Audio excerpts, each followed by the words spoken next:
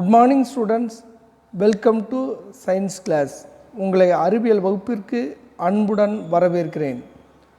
Students, in the previous class we learnt about unit 5 electricity.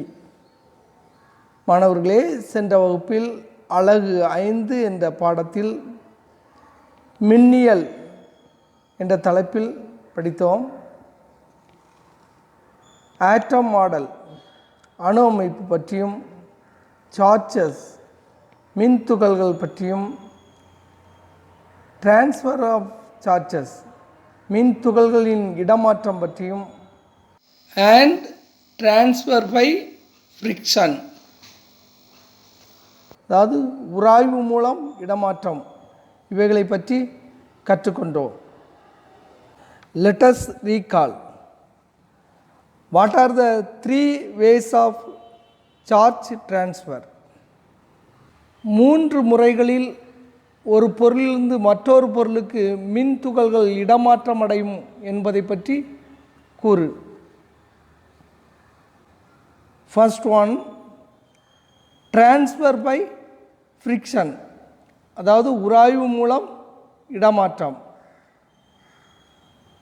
Second one, transfer by conduction, கடத்தல் மூலம் இடமாற்றம்.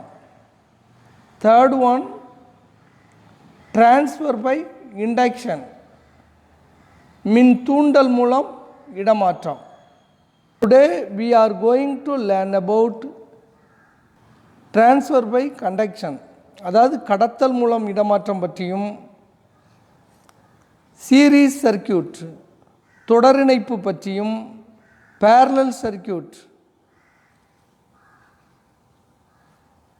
பக்க இணைப்பு பற்றியும் கற்றுக்கொள்ள இருக்கிறோம். First let us see transfer by conduction, அதாவது கடத்தல் மூலம் இடமாற்றம். இதை பற்றி அறிந்து கொள்ள செயல்பாடு ஒன்றை செய்து பார்ப்போம். Take a sheet of paper, turn into a hollow cylinder. Tie one end of the cylinder with a silk thread and hang it from the stand. Now take an ebonite rod and charge it by wrapping it with a woolen cloth.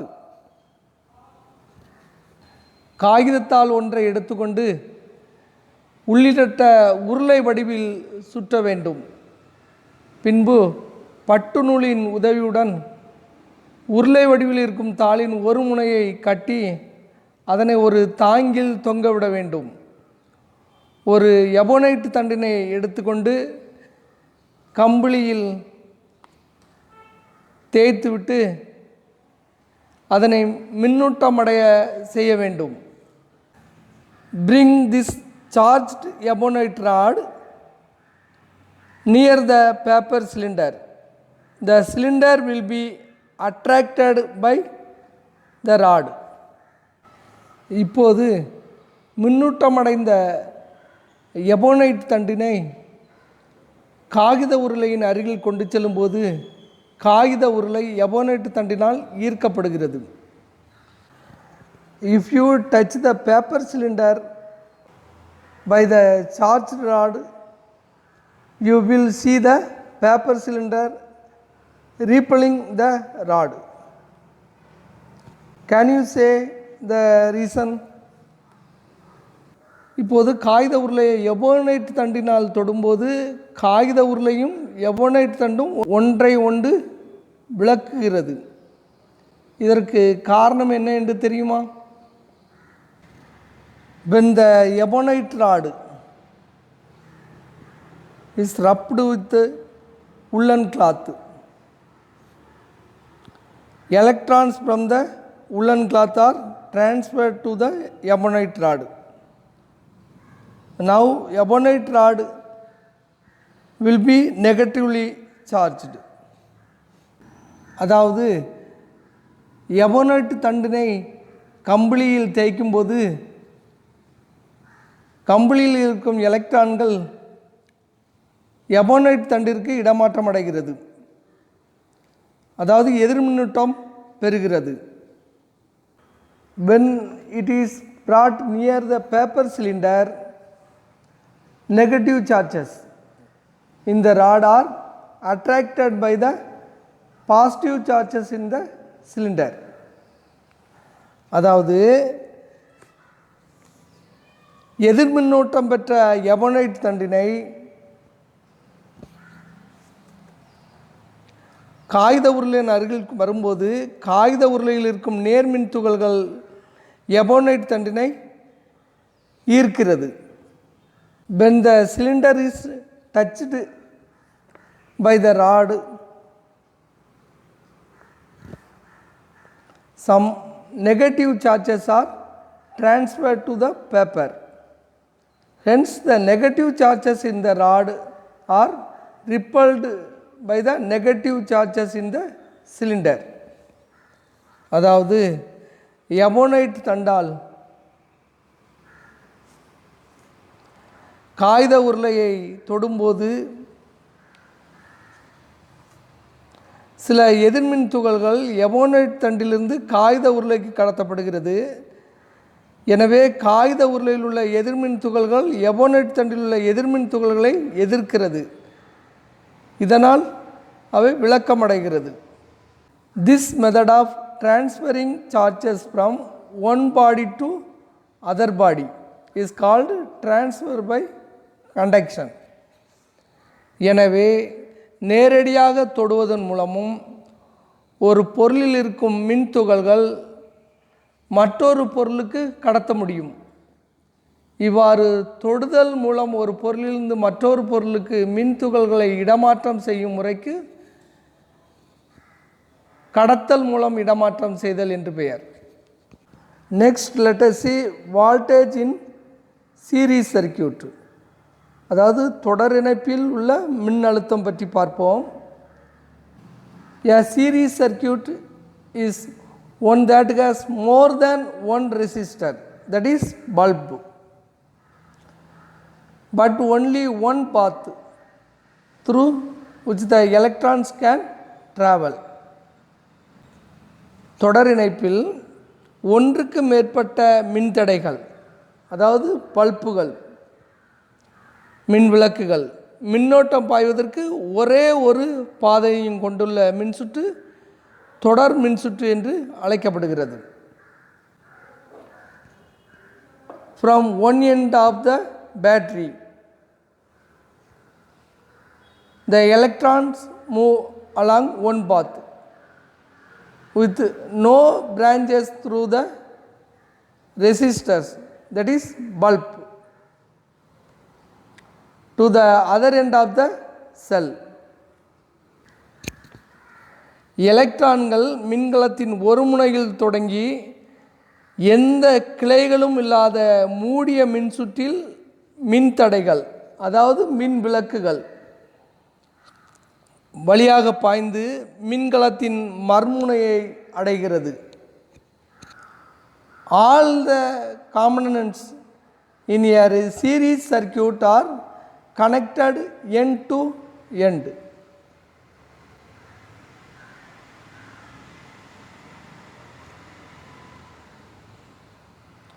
So current through the circuit remains same throughout the circuit.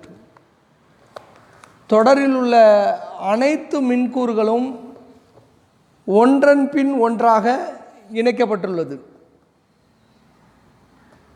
இதனால் மின்சுற்றில் பாயும் மின்னோட்டத்தின் மதிப்பு மின்சுற்று முழுவதும் மாறாமல் இருக்கும். But the voltage gets divided across the bulbs in circuit.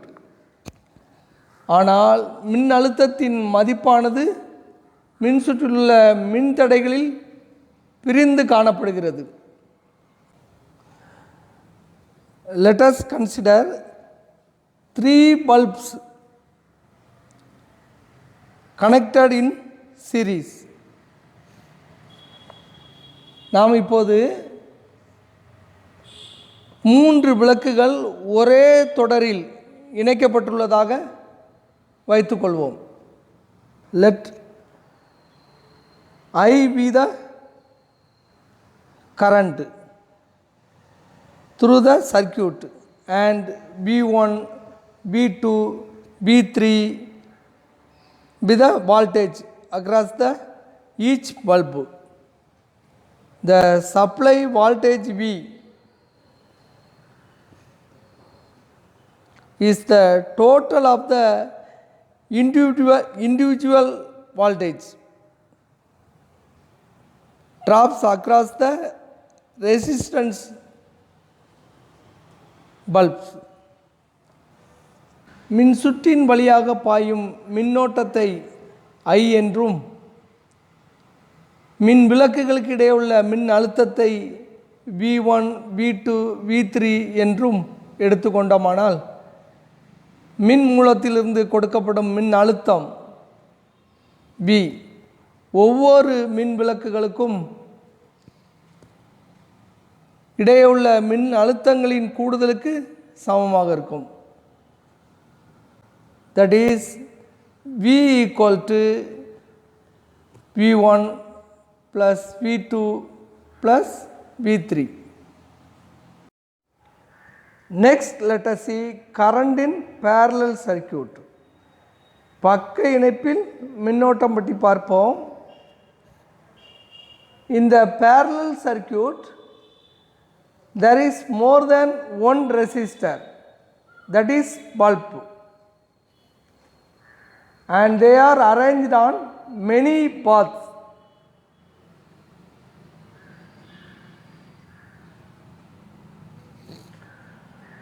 பக்க இணைப்பில் ஒன்றுக்கு மேற்பட்ட மின்தடைகள், அதாவது மின் விளக்குகள், ஒன்றுக்கு மேற்பட்ட பாதைகள்,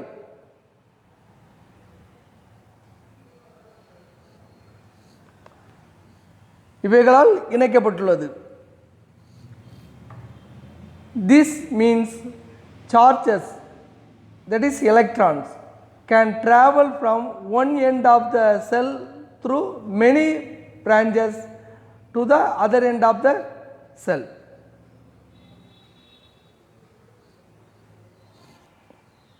அதாவது ஒரு முனையிலிருந்து புறப்படும் எலக்ட்ரான்கள் ஒன்றுக்கு மேற்பட்ட மூடிய சுற்றுகளில் பாய்ந்து மின்கலத்தின் மறுமுனையை அடைகிறது.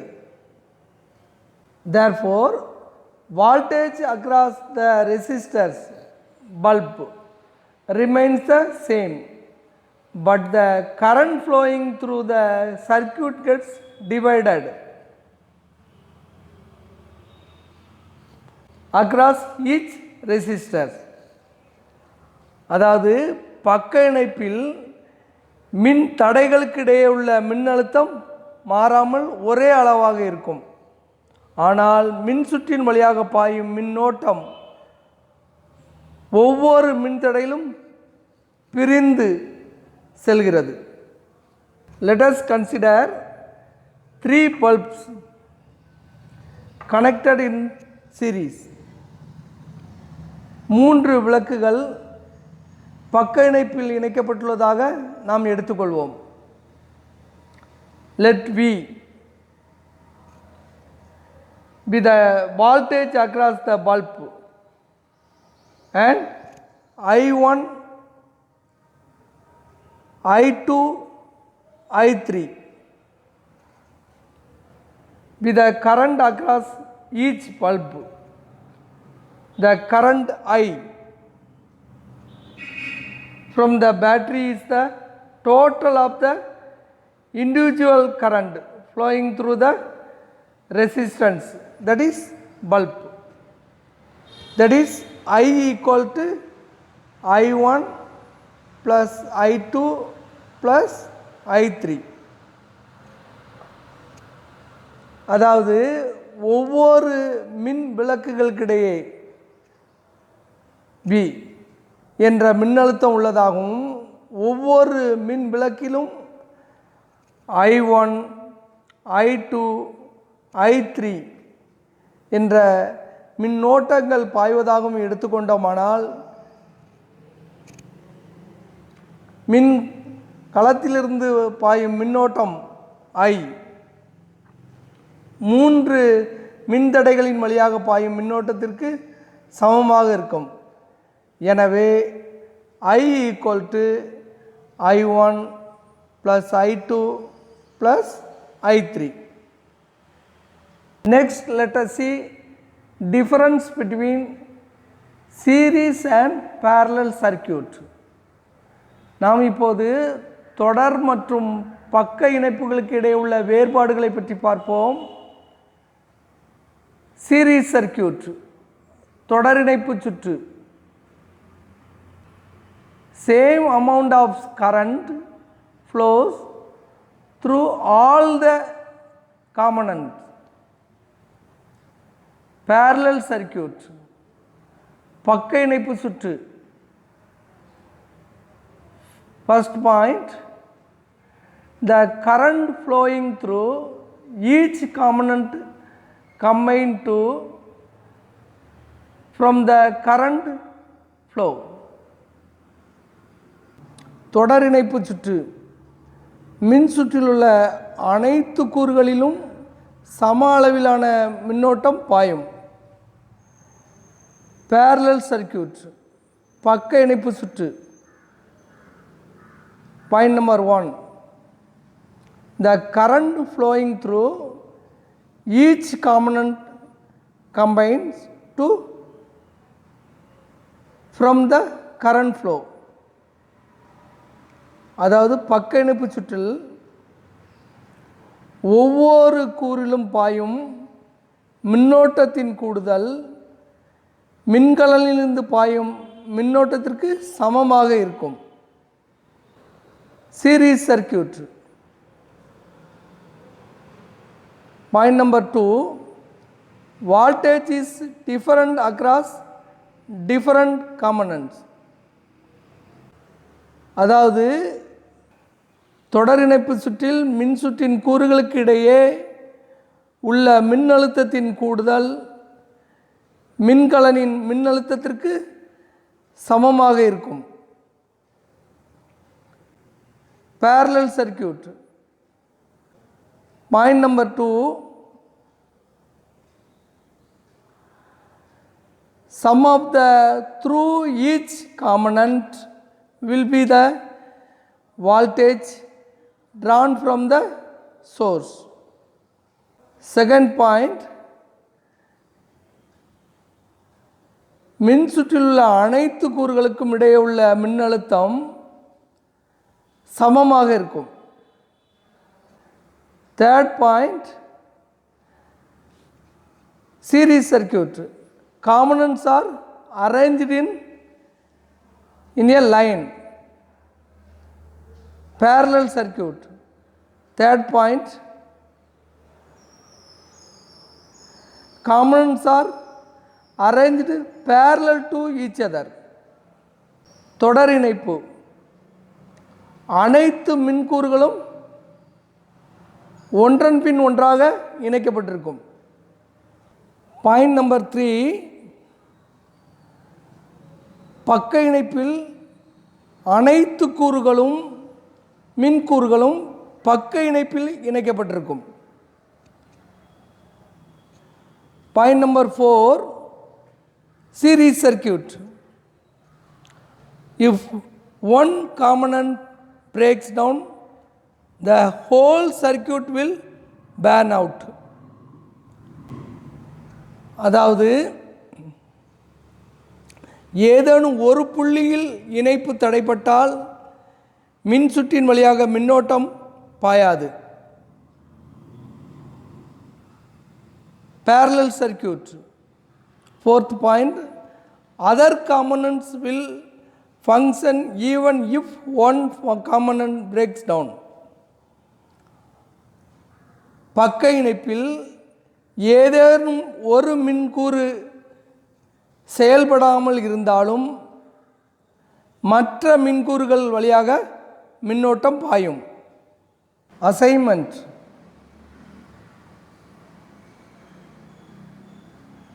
Question number 1. Explain series and parallel circuit. தொடர் மற்றும் பக்க இணைப்பு சுற்றை விளக்குக. மாணவர்களே, இன்றைய பாடப்பகுதி உங்களுக்கு மிகவும் பயனுள்ளதாக இருக்கும் என்று நம்புகிறேன். மீண்டும் அடுத்த பாடவேளையில் சந்திப்போம். நன்றி, வணக்கம்.